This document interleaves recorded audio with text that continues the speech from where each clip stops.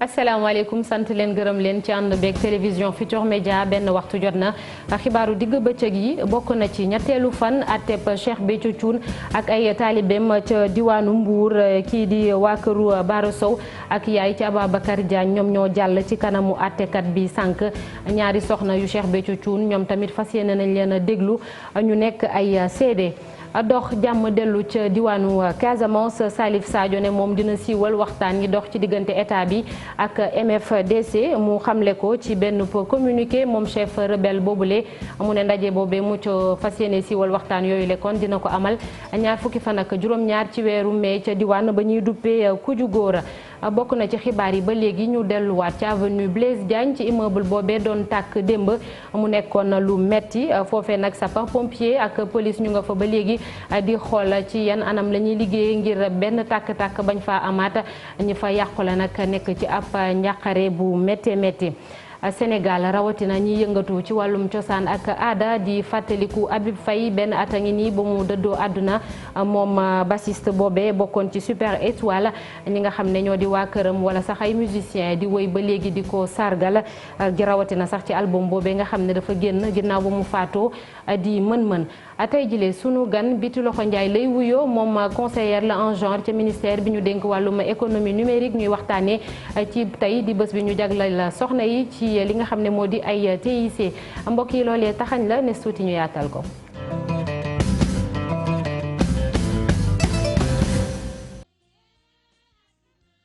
xibaar yi dañ koy door rek mbir mu tiis mu xewee ca Pikine rue 10 ca banlieue bu Ndakaaru benn maçon moom moo faatu benn kër buñ doon daaneel moom moo màbb ci kawam sapeur pompier yàggoon nañ fa sax nag laataa ñu koy mën a génne Salif Sow mi ngi ci ligne bi Salif maa ngi lay nuyu. maa ngi lay fay soxna si. kon moom maçon boobu dafa mujjee daal di faatu. néew bi sapeur pompier yi jël nañ ko matul daanaka waxtu yóbbu ko ci hôpital yi nga xamante ni ñoo nekkee ci fii ci Ndakaaru moom waaja Ousseynou Camara la doon wuyoo ndem si yàlla amoon na ñeent fukki at ak ñett Jaawara la cosaanoo nekk ci région bu Kolda sapeur pompier yi nag amoon nañ jafe-jafe ngir génne ko ci foofu ndaxte dañ doon daaneel benn bâtiment R+2 ngir tabaxaat ko dañ koy màbbal nag ci la dal bi dalee ci kawam depuis 10 heures ci suba la woon loolu fa la xewee Pikine rue 10 jàkk yi ndànk juróom-ñaari ouvrier lañ la woon juróom-benn mucc nañu jamono jii may wax ak yow police ubbi na ci enquête ci nga xamante ni moom mooy chef de chantier bi ñu ngi koy tëglu ci police bu Pikine.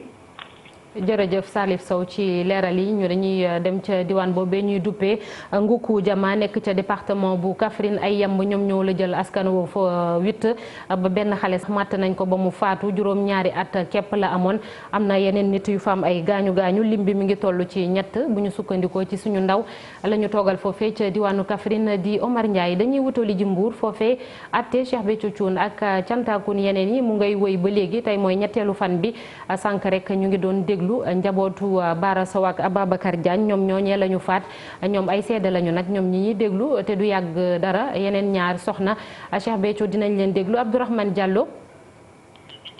Abdourahmane Diallo kon du ñàkk ci kanam tuuti rek ñu ànd ak moom foofee ca diwaanu Mbour ak àtte Cheikh Béthio Thioune nag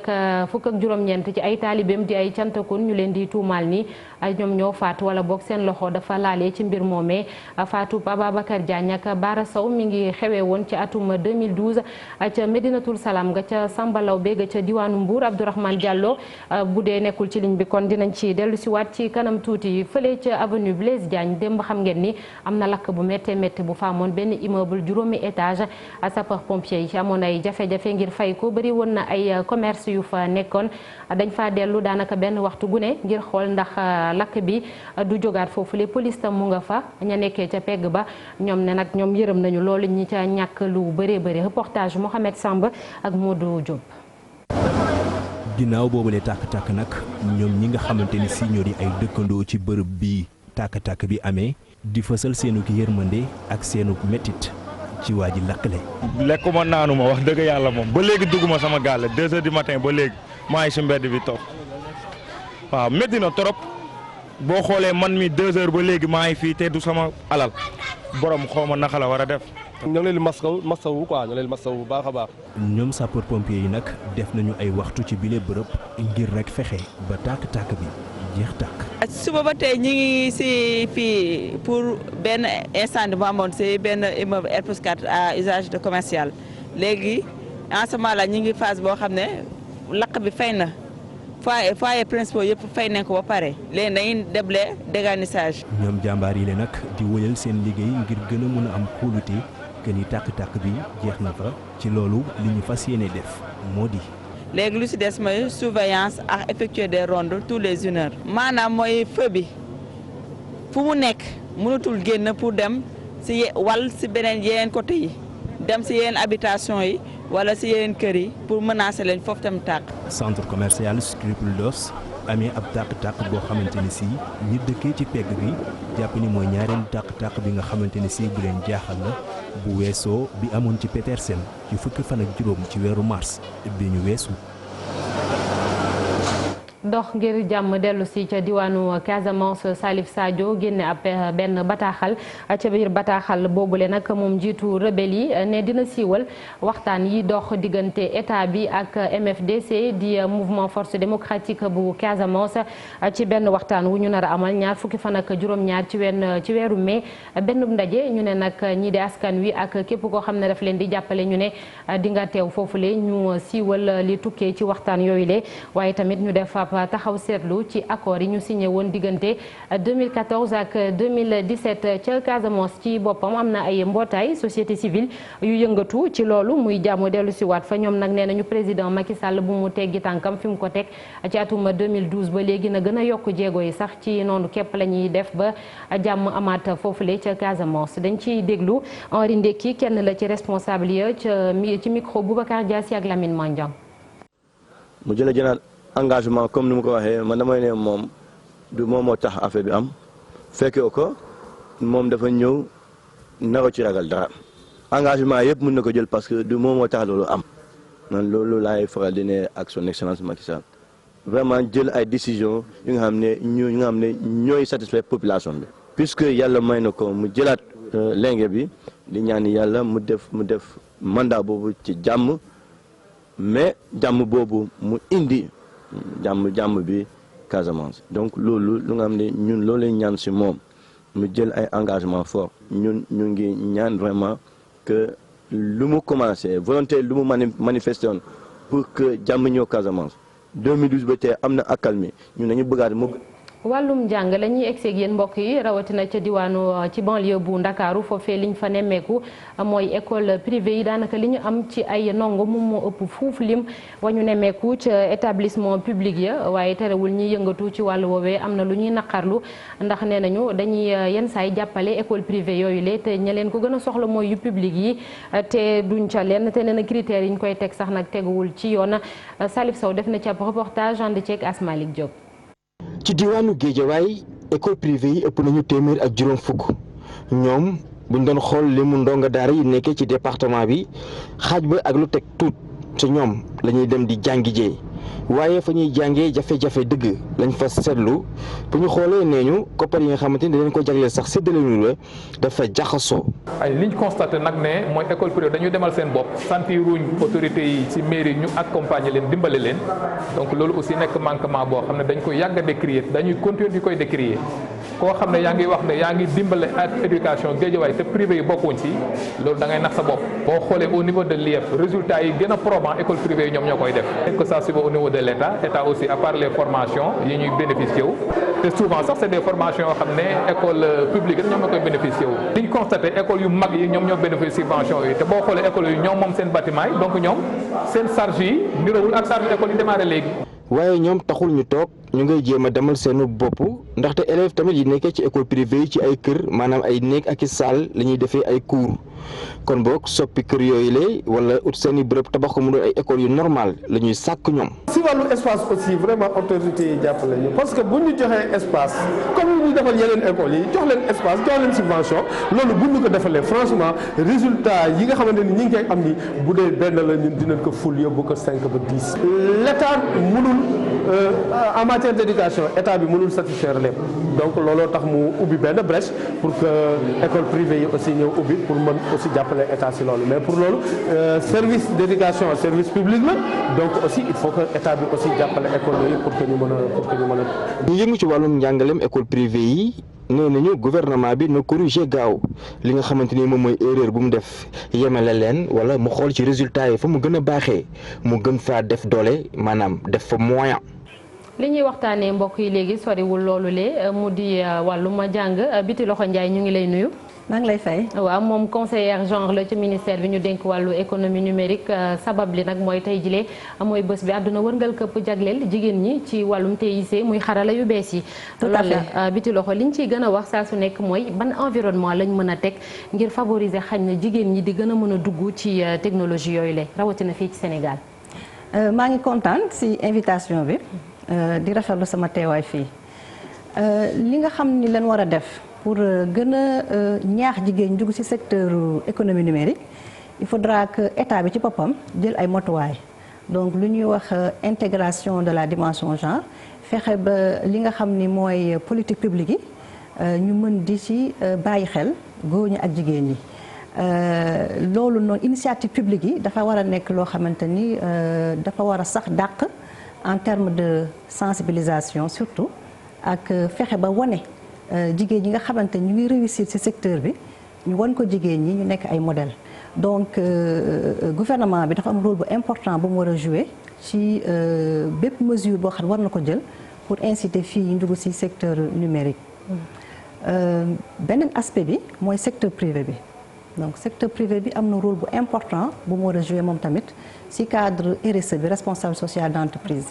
mun naa jël exemple Sonatel bi am stratégie M-Woman ak programme bi muy woowee LDC Linguère Digital Challenge donc chaque année muy offrir ay financement ay jigéen ñi nga xamante ni ñu ngi yëngu ci wàllu technologie de l'information et de la communication. loolu yaa ngi koy wax ay programme la xañ na ak ay initiative yu tukkee ci privé bi waaye ndax am na yeneen yoo xamante ni xañ na comme ni nga koy sàkkoo sànq ci public bi xañ na lay jógee ngir gën a mën a ñaax jigéen ñi ñuy dugg ci wàllu woowule ci numérique bi. am na initiative nga xam ne dañ leen di permettre surtout nga baal ma ay buntu ngir ñuy gën a mën di exprimer wu parce que am na jigéen ñu bari ñoo xam ne xañ na bëgg nañ ko mais xamuñu yoon yi ñuy jaar. xamuñu tam ci yan anam lañ ko nar a tegee. waa wax naa tout à l'heure ne gouvernement bi dafa am taxawaay bu am solo bu mu war a am ci domaine boobu secteur privé bi mais également association yi donc am na association yu am solo yu nga xam ñu ngi ciy liggéey ñu ngi koy woowee FESTIC association des femmes sénégalaises des TIC am na aussi Senchix am na aussi Jigéen Tech Up donc ñooñ aussi dañuy def ay activités yu bari yoo xamante ni dañuy def ay activités de sensibilisation di gën a won jigéen ñi ay modèles yi nga xam dañoo réussir ci secteur bi ñu def aussi ay formation jëmale ko ci jigéen ñi ak lépp lu jëm ci codage donc pour vraiment ñu fexe ba créer un environnement boo xamante ni day gën a favoriser présence bu am solo jigéen ñi ci économie numérique donc acteurs yooyu yëpp dañoo war a booloo di liggéey muy gouvernement bi di secteur privé bi di société civile donc liggéey boobu noonu ñu ànd ñoom ñëpp def moom mooy mën a tax ñu réussir partenariat boo xam ne day nekk public privé ak parties prenantes yëpp ànd liggéey même le système des Nations Unies aussi économie numérique tey ci ay pàcc la ak ay étapes am na yenn yoo xamante ne xañ na duñ fa xaaree ay jigéen lu tax chaque fois bu ñu wax xañ na ci yenn spécialisation yi wala yenn mbir yu am solo yu rëy yi jigéen góor ñi rek lañ fay xaar jigéen ñi duñ leen ci xaar torop waaw xam nga problème bi mooy problème de rôle modèle donc tey ji am na ñu bëri tey ji ñu bëgg a def journaliste parce que dañu gis ay journalistes yu jigéen donc li nga xam ne mooy problème bi mooy ñi jigéen ñi liggéey ci secteur économique bi amuñu visibilité. C'est ça. donc bu ñu leen gën a wane fësal leen wan ne ñi am na ay jigéen yu ci nekk yu réussir donc jigéen ñi xale jigéen ñi dañuy bëgg référé ci ñoom donc ñun suñu mission surtout ci ministère bi mooy gën a promouvoir rôle modèle yooyu wane jigéen ñi ci réussir de telle sorte que jeunes filles ñu mën di inspirer ci femmes yooyu ba pare ñeme donc problème bi aussi mooy dafa nekk métier boo xam année yu bëri dafa nekk ay métier d'homme parce que mën nañ wax ni lépp lu technique souvent buñ góor ñi rek lañ ciy seen dañuy am référence góor ñi pourtant am na ay jigéen mais vraiment visible ñu donc suñu mission au niveau du ministère mooy vraiment fësal en tout cas taxawaayu jigéen ñi ci domaine économie numérique ba nga tax xamante ni xale yi dinañ mën di référé wu ci ñoom surtout rawatina jigéen ñi. Biti Loxo Ndiaye gis nañ yàggul dara Sénégal am na conseil national numérique bu ma juumul ci lim bi ñaar fukk ci ay membres ñoom ñoo fa nekk daanaka ñeent yi kese ñoom ñooy jigéen. loolu mu indiwaat problème représentativité bi nga doon wax sànq ci jigéen ñi maanaam yokk seen dayo ak seen taxawaay tamit daanaka. waaw nekk na lim boo xamante ni suñu sañoon dañ koy yokk waaye nag xeebuñu ko. Au niveau du ministère am na programme de responsabilisation des femmes au poste de responsabilité te ñi nekk foofu kilifa yi lu leen ñor la te yaakaar naa ni incha allah ci bés yi di ñëw dina am ay jéego yu bëri yoo xam ne dinañ ko def foofu donc au niveau du ministère de l'économie numérique vraiment am na taxawaay bu mat boo xamante ni autorités yi nekk foofu bëgg nañ fexe jox ko jigéen ñi ñu gën a responsabiliser leen. te gis nañu président de la république wax na ci bi muy def prestation de serment am ni quinquennat ndaw ñi ak jigéen ñi. waaw ko gën a jagleel donc am nañ yaakaar ne véritablement taxawaayu jigéen ñi ci économie numérique dina gën a yokk ci 5 ans yi di ñëw incha allah. kon faaw ñu xaaraat xool jéego yi nga xam ne moom lañ ciy teg ndax yëf yi dina évoluer. waaw am nañ ci yaakaar parce que déjà président jël na en tout cas matuwaay yépp pour ñu gën a taxawal li politique publique yi en faveur des femmes. donc loolu noonu bu ñu ko gënee taxawal gën a dooleel yaakaar naa ni taxawaayu jigéen non seulement ci économie numérique dina yokku mais ci yeneen secteurs yi donc vraiment volonté politique boobu xam président def na ko nekk na loo xamante ni espoir la ñu dox ñun femmes yi. Biti Loxo Ndiaye ñu jeexalee benn ponk rek mënuñu cee ñàkk a wax xañ na jigéen ñi à chaque fois bu ñuy wax ci xañ na wàllum xarala yu bees yi niñ leen di présenté du nekk loo xamante ni xañ na daf leen di gën a teg ci kaw dañ leen di jox gëdd di leen wekk xañ na sax nag dañ leen di ñàkkal fayda wala yenn saa yi dañ leen di tuutal lu ci ëpp loolu la ñuy gis ndax dafa laaj ñu jàngaatal leen tuuti. wax leen naka lañ koy jëfandikoo. et tout ça. waaw effectivement gis nañ ñu usage yu numérique yi surtout si jigéen ñi xamuñu solowaay économie ak internet ak fu mu mën a yóbbu nit. donc ñun nag au niveau du ministère dañu def ay séances de sensibilisation pour un usage sûr et responsable d'internet ñu wan ni jigéen ñi internet du pour nekk rek juste di distraire. donc secteur bu am important la ci économie. moo tax dañuy def ay formation même am na ñu ciy am liggéey di ci tekki. voilà di ci évoluer. y a les sites de e-commerce yi nga xam ne jigéen ñi xam nga jigéen ñi ñoom ñoo ëpp ci e-commerce bi donc loolu aussi lañ leen di wax ni au-delà de la distraction il y a véritablement am na enjeu yu bëri au niveau ak opportunité yu bëri au niveau économique ñu ngi wax tamit jigéen ñi tamit ñuy bàyyi xel parce que internet c'est vrai que am na njëriñ yu bëri mais am na ay danger looloo tax vraiment ministère bi am na programme de stratégie nationale de cybersécurité boo xam ne ñu ngi koy doxal pour vraiment former population sensibiliser leen si ñuy fexe vraiment di utiliser internet à meilleur escient. jërëjëf Biti Loxo Ndiaye sant la gërëm la. kon moom conseillère la ci ministère bi ñu dénk wàllum économie numérique tey ji leen ñu doon waxtaanee ndaw ñi nga xamante ni moom rawatina jigéen ñi ci biir li ñuy duppee TIC muy technologie communication muy xarala yu bees yi sant la gërëm la Biti Loxo. jërëjëf ginnaaw sant man tamit. jërëjëf ginnaaw moom nag dañuy delluwaat ca Mbour ñu ngi leen ko doon wax sànq atte bu Cheikh Béthio Thioune ak juróom-ñeent wala ba fukk ak juróom-ñeent ci ay cantakun Abdourahmane Diallo mi ngi ci ligne bi maa ngi lay nuyu Abdourahmane. maa ngi lay fay soxna Naata. sànq ñu ngi doon déglu waa këru Bara Sow ak Ababacar Diagne loolu la de ni ay seede. waaw ñoom la ñu njëkk a déglu waaye fi mu ne nii ñi nga xam ne ñoom ñooy témoins yi ñoom la ñu nekk di déglu ci kanamu baar bi sax Matar Sow moo fa ne kenn ci ay jegeñaale Cheikh Béthio Thioune waaye bu njëkk ba ñi nga xam ne ñoom ñooy mbokk Ababacar ak Bara Sow ñoom la ñu jot a déglu ñett lañu ku ci njëkk mooy Ousmane Sow di mag kii di ab Bara Sow moom sax mu ngi daal di xam le ni rakk ji ginnaaw bi nga xamee ni daje nag cheikh bi ci la jàpp ni kooku daal na daje ak li nga xam ne moom mooy musibaam ndax jàpp na ni kooku bu njëkk ba dafa doon julli di woor di def lépp li nga xam ne lu baax la waaye bi mu daje ak cheikh bi yooyu yëpp daal na ko bàyyi mu daal di yokk ni tamit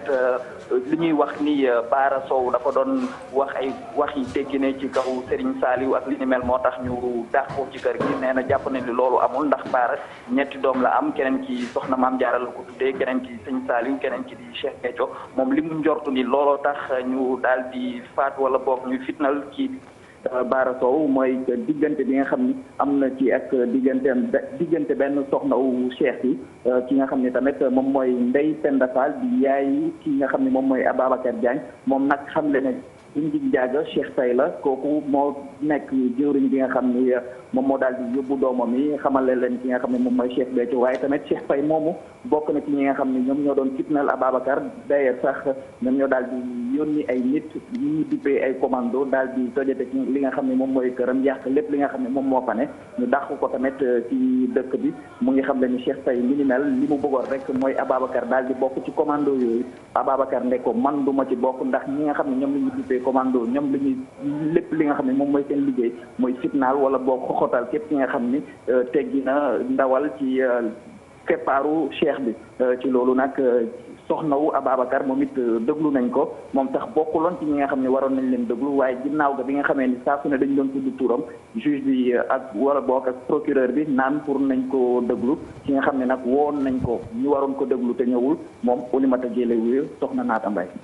jërëjëf Abdourahmane Diallo nekkoon en direct ca tribunal bu Mbour doon wax ci àtteb cantakun yooyu le ñu wax ci xalifa bu Guet Ardo moom nag mi ngi woo kilifay réew mi ñu saafara jafe-jafe askan wi moom nag Cheikh Mouhamed Aïssata Ba li mu gis mooy Sénégal naataange am na fi daanaka na xam nañ pétrole ak gaz te li ëpp solo muy jàmm mi ngi fi kon li ci des daal faaw ñu lijjanti ko moom mu yëkkati kàddu yooyu le ci ziyaara ba ñuy amal at bu jot ca diwaanu Mboro Cheikh Anta Diop say laatiya Mboro ak ñi nga xamante ni ñoo ñëw dëkk ci tefes gi li ko daggee Ndakaaru Kayaar ba Lompul daanaka ñoom ñëpp dikkoon nag doon tertu xalif bu Guet Ardo di Cheikh Mouhamed Aïssata Sow ni ñu koy amale at mu nekk di ziyaara fii ci Mboro xalif bi de yëkkati nay kàddoom jëmale ko nag ci jàmm nee na tarixa yi ñëpp war a nekk benn ba li fi mag ñi bàyyi woon ñu wëyal ko. li Sénégal am amul benn réew bu ko am nee na réew yëpp ñu ngay reyante di guerre Sénégal nag yàlla musal nañ ci loolu nee na wàllu yàlla yi ñoo ko fi ñaan samp ko fi ñu def li ñu wax ñoom su ko defee ñun tam ñu am jàmm mu sax ci réew mi mu sax ci suñ njaboot. ñaax net njiitu réew mi di président Macky Sall ak gouvernement am ñu baral mbir mi fexe nag ba réew mi dox faj soxlay askan wi. pétrole ak gaz bi wii kat yi onde am nañu pétrole am nañu gaz xalifa bi am na lu mu doon wax. yal na yàlla may ko mandaam bi yàlla saxal ko ci. ay miiru ñi nga xamante ne nag moom moo fa teewaloon na njiitu réew mi rafetlu na lool kàddu yi nga xamante ne xalif bi yëkkati na ko waaye nag mi ngi sàkku ci Sénégal yi ñu gën a laxasu ngir liggéey réew mi jëm kanam. message yu mbégte parce que xalif bi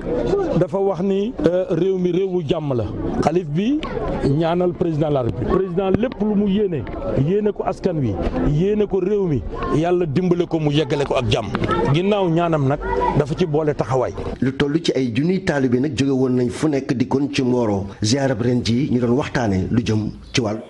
Sénégal du yàgg dara dootul amati poste premier ministre loole li muy nar a jur bëri na bokk na ci néewal doole assemblée nationale loole mooy gis-gisu Cheikh Oumar Sy moom nag ab député la woon kàddoom yooyu le mu dénk ko Aïssatou Gueye Ba ak Ababacar Camara. wax ju bëri jóge ci révision constitution bi lee ancien député Cheikh Oumar Sy di ñu xamal rek ne loolee dafay wàññi pouvoir assemblée nationale. suppression boobu day am ay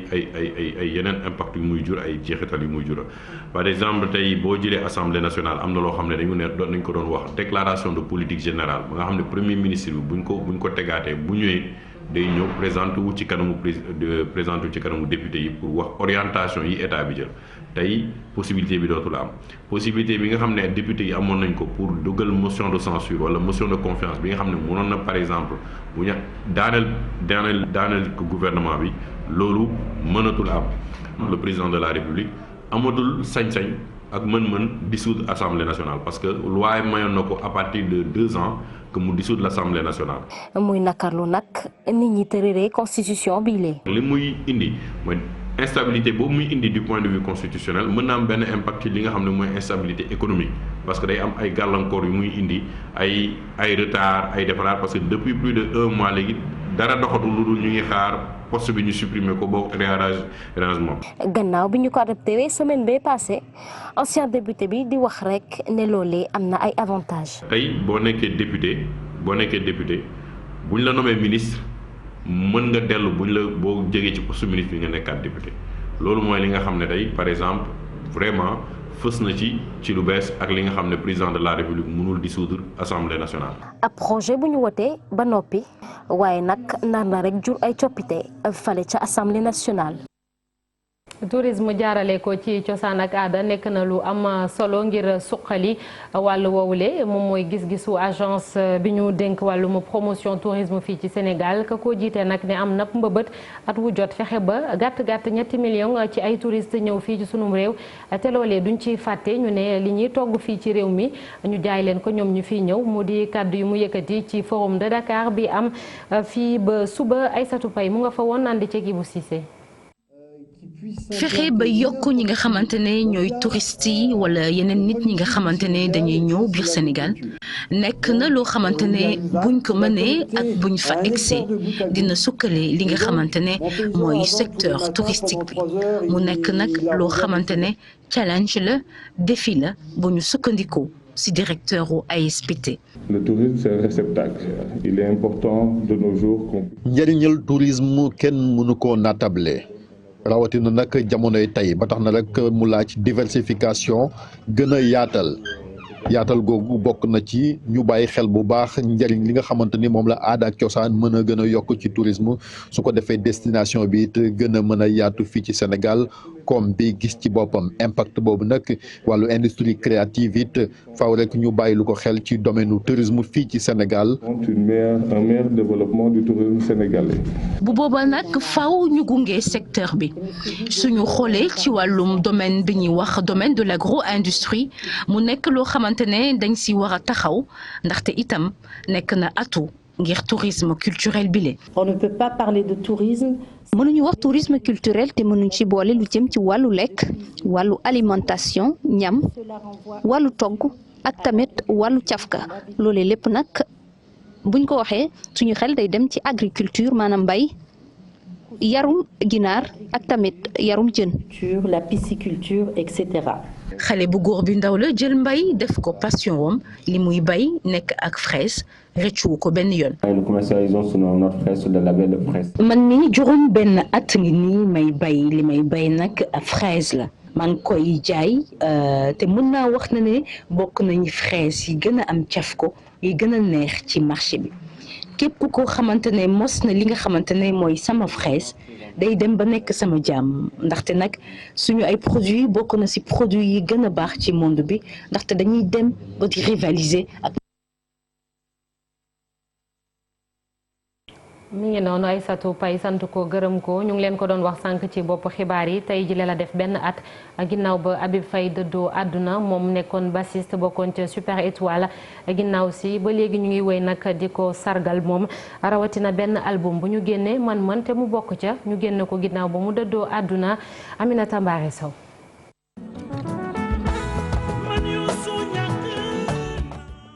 ata ngi nii bi mu dëddoo ak léegi waaye Habib Faye kenn fàttewu ko ñu koy rendre hommage ci fépp ki ci njëkk di xaritam ba woon ci mu doon àndal ci biir Super Étoile Habib Faye doonoon kàngam ci wàll gi mu doon nekk loolu waral fii nii ay xaritam musicien di ko rendre hommage ci clip bile ñu mën a gis Jules Guèye ànd ak magam Vieux Mac Faye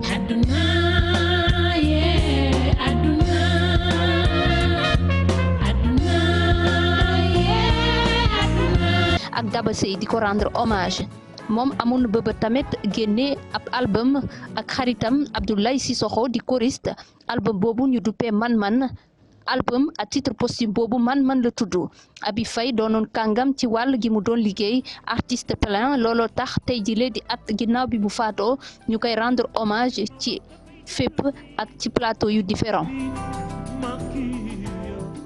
Aminata Mbaare Sow wax nga ko kon hommage yi mu ngay woy ba léegi fële ca diwaanu Ndar Géej nag ci jamono ji ñuy waajalee fukk ak juróom-ñaareelu édition festival de jazz Abdoulaye Sissoko mi nga wax léegi def na benn concert ci centre culturel français ci album boobee di mën ngir sargal ko moom Habib Faye ñu déglu ci Abdoulaye Sissoko ak Vieux Mac Faye musicien di mag tamit ci Habib Faye Ousseynou Diop ak Habib Seck ñoo taataan seeni kàddu.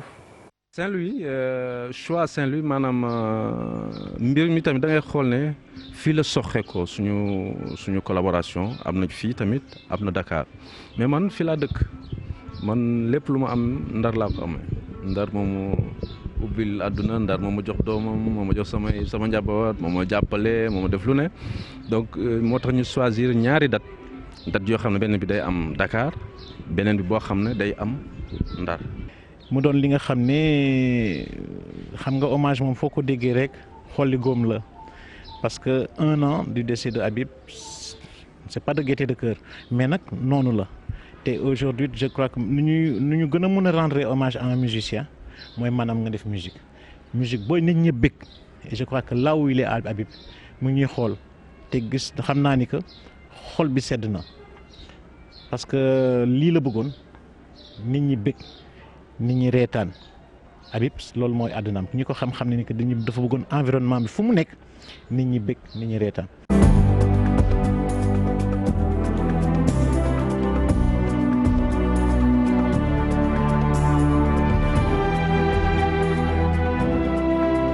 de football ñi seen at matagul fukk ak juróom-ñaar dañ koy amal ca Tanzanie xam nañ final bi ñan ñoo koy seq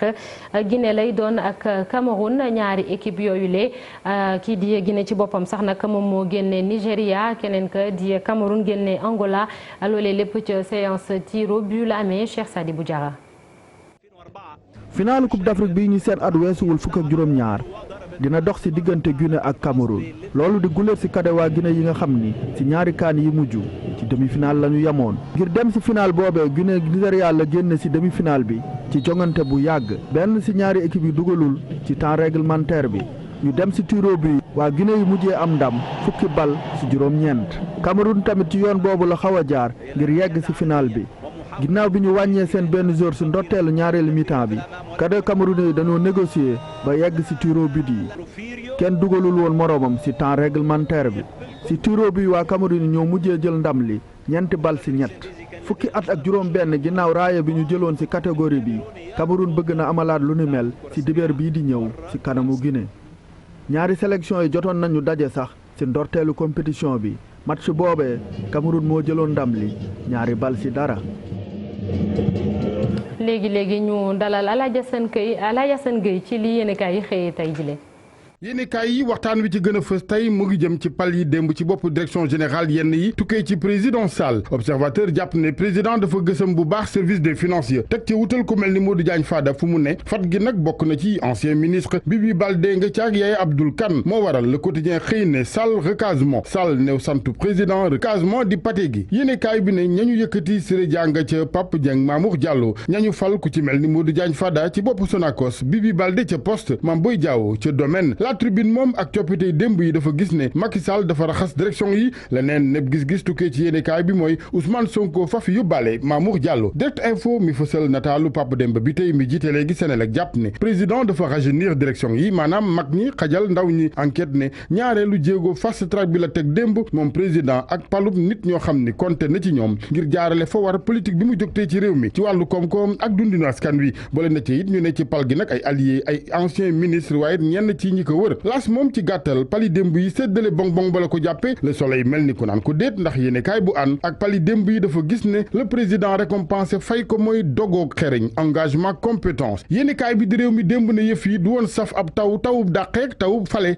Sonacos Fada wut fa Pape Dieng Bibi Baldé léegi directeur général poste Siré Dia moo fa nekkoon dem ca toogu PCA bu LONASE gi Pape Gorgui Ndong jiite léegi Yaya Abdoul Kane ca patrimoine bâti Mame Boye Diao wutu Mamour Diallo ca domaine Aboubacry Sow directeur général SAED kud léegi njiit la Ablaye Sow ASP dalal Biram Faye wutu fa Pape Khalignon ca ministère des finances it yéenekaay bi di réew mi moom gis ne Abdoulaye Daouda Diallo yi placé yi nitam Vox Populi feela ko fa ci yooyu coppitey finance ne Mame Boye Diao ci place Mamour Diallo Demba Dieng jiite cadastre Abdoulaye Diagne ci grandes entreprises Aïssatou Ndaw ci services fiscaux Libération moom dafa gis ne li xew démb teeñ bi rek la de yan bi dikkagul nde am nag cal mbeer geneen guy ñëw ñu ne ci lu nu fort yi xibaar jàpp nañ ni conseil des ministres bi ñëw coppitey xóot yeneen dina am ñeel ministère yu ci mel ni infrastructure ak intérieur Libération mbiri Mamour Diallo ne bu leen ko jàppe frigo de maanaam li ñu ko jëlee ci bopp domaine ndax ñu ngi koy waajal promotion bu mag wàllu politique Babacar Gueye Abdoulaye Wade du promotion la ko jox ci PDS de waaye dafa dal di dindi ndombal tànk porte parole bi mu ko takkaloon jox ko maître Amadou Sall source a ñëw ci li mu jàpp ne moom la président Abdoulaye Wade jàppal Babacar Gueye ba wàcce ko bokk na ci ñu ne ba fi góor gi nee nañu saboté wotey présidentiel yi fi woon Babacar Gueye lank bi nuy waajalit présidentiel gi góor gi yeewu ne jàppalewul Madické jàppalewul Idrissa Seck Babacar Gueye jaar ca wet geneen li ñu gis nag ne moo rembetal bool bi mooy ci émission Faram Facceeg Papa Ngagne Ndiaye ci TFM di ci émission ci 7TV da caa waxoon moom Babacar Gaye ne ñu nangu ko ñu bañ ko crise am na ci biir PDS Les Échos moom fa mu gisab crise mooy ci diggante Idrissa Seck président parti Rewmi ak i alliéem jokkoo bu doyul diggante bu ñu doxul ñàkk yëg ak yëgoo am na ci allié sax yu jàpp ne du dox diggante yi ci wàllu lëngoo bi na mu waree am ca ñu gis ne moom Idrissa Seck ca bopp ba président la président ci boppam nag président Sall Direct Info xëyee nataalam dafa laaj ne mbaadu moom président Macky Sall dafa réussir la mu waxoon ñeel opposition bi maanaam néewal ko doole lool ndax ñu ne jamono yi opposition bi ci nelaw yu xóot la ñu ne maître Wade ba mu jógee Conakry léegi mu ngi ci congé ca nag ñu ne ana opposition bi lu muy peese bu ca pap di soppi bokkul opposition bu yéenekaay bi faf jàpp sax ne askan wi la mujj mere wàllu yoon ak atteb cantakun yi tey ca Mbuur Vox Populi ne seede yi ñooy jaar ci kanamu attekat bi bokk na ci ñooñee soxna sëñ Cheikh Béthio Thioune muy soxna Aïda Diallo ak Adja Déthié Pène démb accusé yi maanaam ñu ni toppee tuuma ci paate gi ñoo doon jaar ci kanamu yoon source aané setal nañ ca jéey jë ba mu set wicc ci cheikh bi moo waral yéenekaay bi wane ko moom sëñ Cheikh Béthio Thioune mu jaaxaan ba yandoor wàllu koom-koom ak première édition forum de Dakar observateur duppee ko rendez-vous de l'émergence yéenekaay bi groupe Futurs Médias ni Youssou Ndour lancé na ko moom kilifa gi nag ne la ko tax a jóg mooy gënal ak yombal jëflante bi ci wàllu affaire diggante Afrique ak Europe ci gàttal fexe ba jëflante bi doon gagnant joxante ku nangu kenn bañ ca loru.